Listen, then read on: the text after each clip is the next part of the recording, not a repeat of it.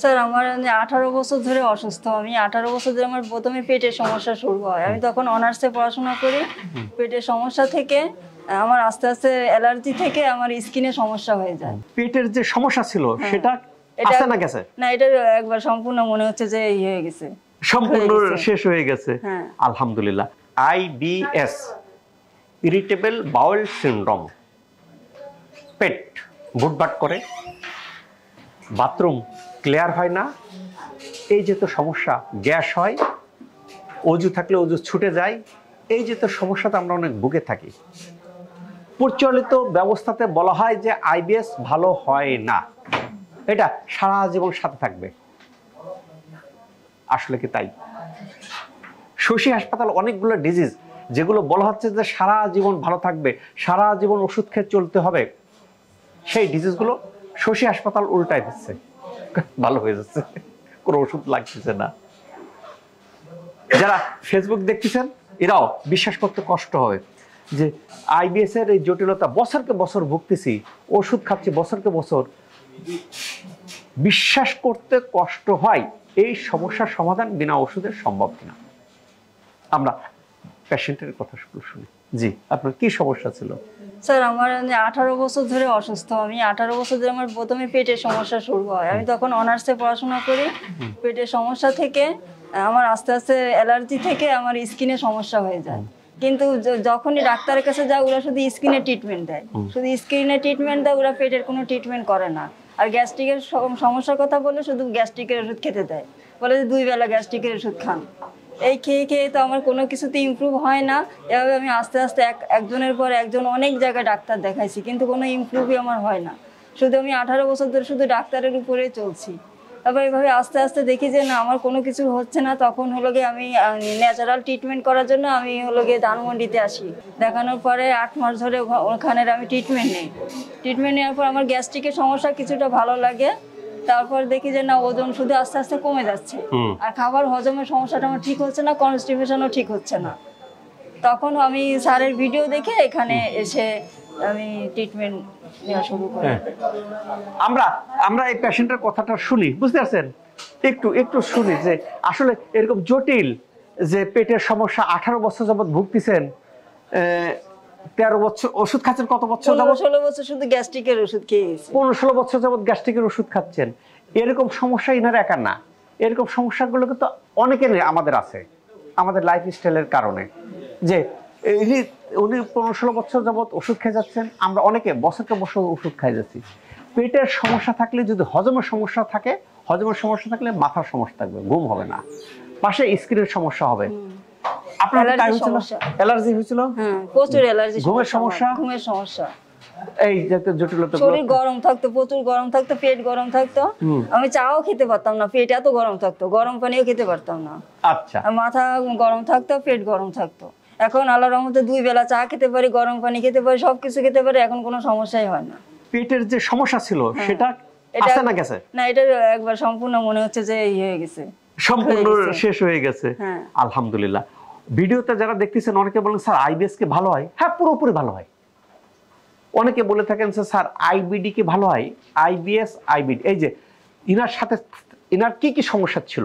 পেটের সমস্যা থাকলে যা হয়ে থাকে, মাথার সমস্যা ছিল, অ্যালার্জির সমস্যা ছিল, চামড়া, আমরা একটা স্কিন ডিজিজ বলে স্ক্লেরোডার্মা। স্ক্লেরোডার্মাটা কি হয়? চামড়া শক্ত হয়ে যায়, শক্ত হয়ে গেছিল, আকুপাঞ্চার দেওয়া যেত না। আগে আকুপাঞ্চার দেওয়া যেত না, এখন কি আকুপাঞ্চার দেওয়া যায়? তারপরে ইমপ্রুভমেন্ট শুরু হয়েছে। ঘুমের কি অবস্থা? ঘুম হতো না রাতের বেলা, আর এখন আমি মানে ঘুমাইলেও মনে হয় যে আমার ঘুম শেষ হয় নাই, শুধু ঘুম চোখে। আসা যাওয়া করি, জার্নি করি, গাড়িতে উঠলে মনে হয় যে ঘুমাই যায়, এত প্রচুর ঘুম চোখে। শশী হাসপাতালে ট্রিটমেন্ট নেওয়ার পরে? হ্যাঁ।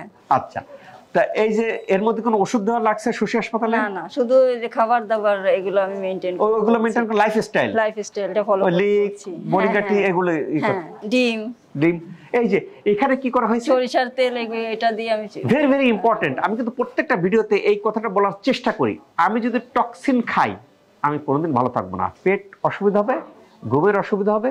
আমি ট্রিটমেন্ট নিচ্ছি, আবার টক্সিন খাচ্ছি, রেজাল্ট আসবে না। ইনি কি করছেন? ইনি যেহেতু অনেক দিন 18 বছর যাবত ভুগতেছেন, 15-16 বছর যাবত ওষুধ খাচ্ছেন, উনার একটা ছিল যে আমি এখান থেকে বেরোবো, বেরোনোর জন্য উনি পুরোটা ফলো করছেন। কি করছেন? উনি লাইফস্টাইল, আকুপাঞ্চার, ওজন, সবকিছু নিয়েছেন।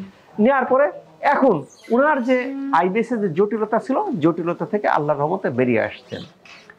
আমি বেরিয়ে আসলাম, আমি ভালো কতদিন থাকবো? যতদিন লাইফস্টাইল ফলো করবেন, সারা জীবন ফলো করবেন, সারা জীবন ভালো থাকবেন। সোজা কথা। আইবিএস আইবিডি যেটাকে বলা হয় যে আইবিডি, আইবিএস ইনফ্লামেটরি, আইবিএস আছে ইরিটেবল বাউল সিনড্রোম। আইবিএস পেট ব্যথা করে, আপনার শরীর শুকায় যায়। আচ্ছা, আপনাকে আগে শরীর শুকায় যাইতো? আমার ওজনই বাড়তো না, ওজন বাড়তো না, 50 কেজি ওজনের বেশি হতো না। তারপর হলো গিয়ে যে আমেরিকান সেন্টারে দেখানোর পর আমার 12 কেজি ওজন কমে যায়।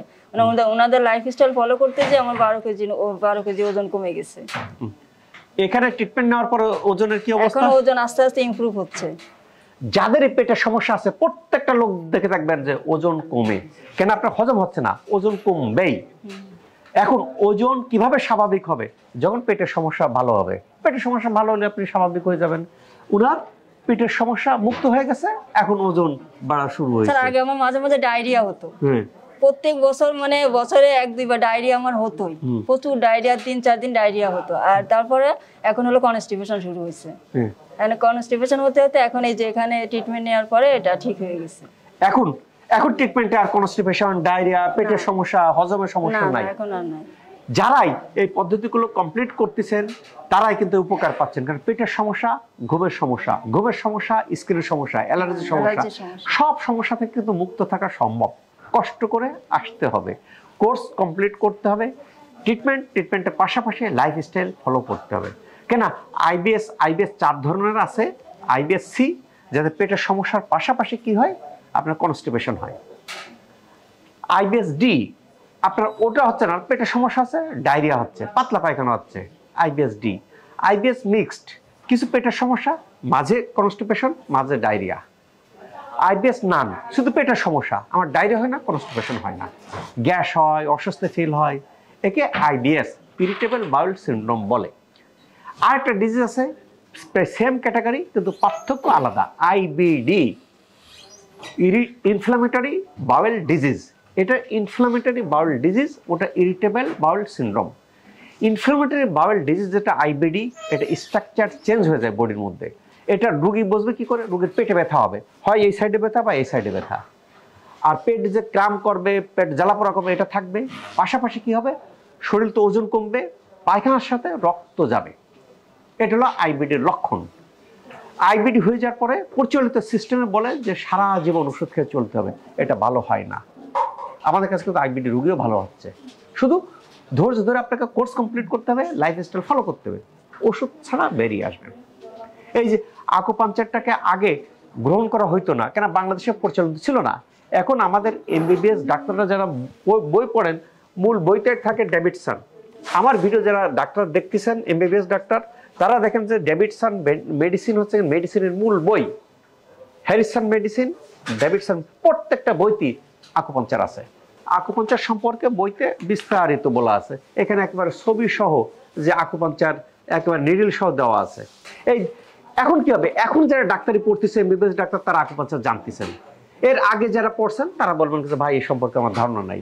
এখন বলতেছেন না, আকুপাঞ্চার নামে একটা ট্রিটমেন্ট আছে যেটাতে ওয়ার্ল্ড হেলথ অর্গানাইজেশন স্বীকৃত আকুপাঞ্চার। আপনি আমেরিকা যান, লন্ডন যান, থাইল্যান্ড যান, সিঙ্গাপুর, প্রত্যেকটা জায়গায় আকুপাঞ্চার আছে। আকুপাঞ্চারের মাধ্যমে বিনা ওষুধে রোগগুলো এরকম রোগ থেকে মুক্ত হচ্ছেন। যাদের এই যেহেতু রোগ আছে, রোগ থেকে মুক্ত হচ্ছেন। এখানে শুধু ধৈর্য ধরে কোর্সগুলো কমপ্লিট করতে হবে। দেখবেন কি যেসব জটিল জটিল রোগ যে বলা হয় কি যে জীবনে ভালো হবেন না, ভালো হয়ে যাবেন। এই যেহেতু বিস্তারিত জানতে আমার ওয়েবসাইটটা ভিজিট করতে পারেন। আমার ওয়েবসাইটের ঠিকানা www.drsmshohidulislam.com। তবে এর পাশাপাশি লাইফস্টাইল, এখন আমি ট্রিটমেন্টও নিচ্ছি, টক্সিন খাচ্ছি, ভালো থাকবো না। আমাদের এখানে কিন্তু একটা সমন্বিত চিকিৎসা ব্যবস্থা, যেখানে লাইফস্টাইল বুঝিয়ে দেওয়া হচ্ছে, ডায়েটিশিয়ান, মেডিকেল অফিসার ব্রিফ দিচ্ছে, আমি দেখতেছি, এবং এখানে প্রত্যেকটা রোগী কিন্তু আমি নিজে দেখি। আমার অ্যাসিস্ট্যান্ট দেখে কোনো রোগীকে কিন্তু বিদায় দিই না। এখানকার কিন্তু প্রত্যেকটা রোগী কিন্তু আমার সাথে সাক্ষাৎ পান, আমি দেখি। আমি দেখার পরে তার অ্যানালাইসিসগুলো করে আমি যে পদ্ধতি দিই, সে পদ্ধতি যারা নিচ্ছেন সব রোগী আল্লাহর রহমতে ভালো হয়ে যাচ্ছেন। কারা সেই কারণে 90% ভালো হচ্ছে, 10% নেগেটিভ। নেগেটিভ কেন আমি ওনার বুঝাই দিচ্ছি, আপনারা বুঝাই দিচ্ছি, বুঝাই দেওয়ার পরও আপনি বন্ধু বান্ধব বলে ধর ভালো হয় না, তুই বিদেশ যা, অমুক ডাক্তার জায়গা, বড় ডাক্তার দেখা, এখানে 2-4টা দিয়ে চলে গেলেন। চলে যায় কি বললেন, হ্যাঁ দিছি ভালো হয় নাই।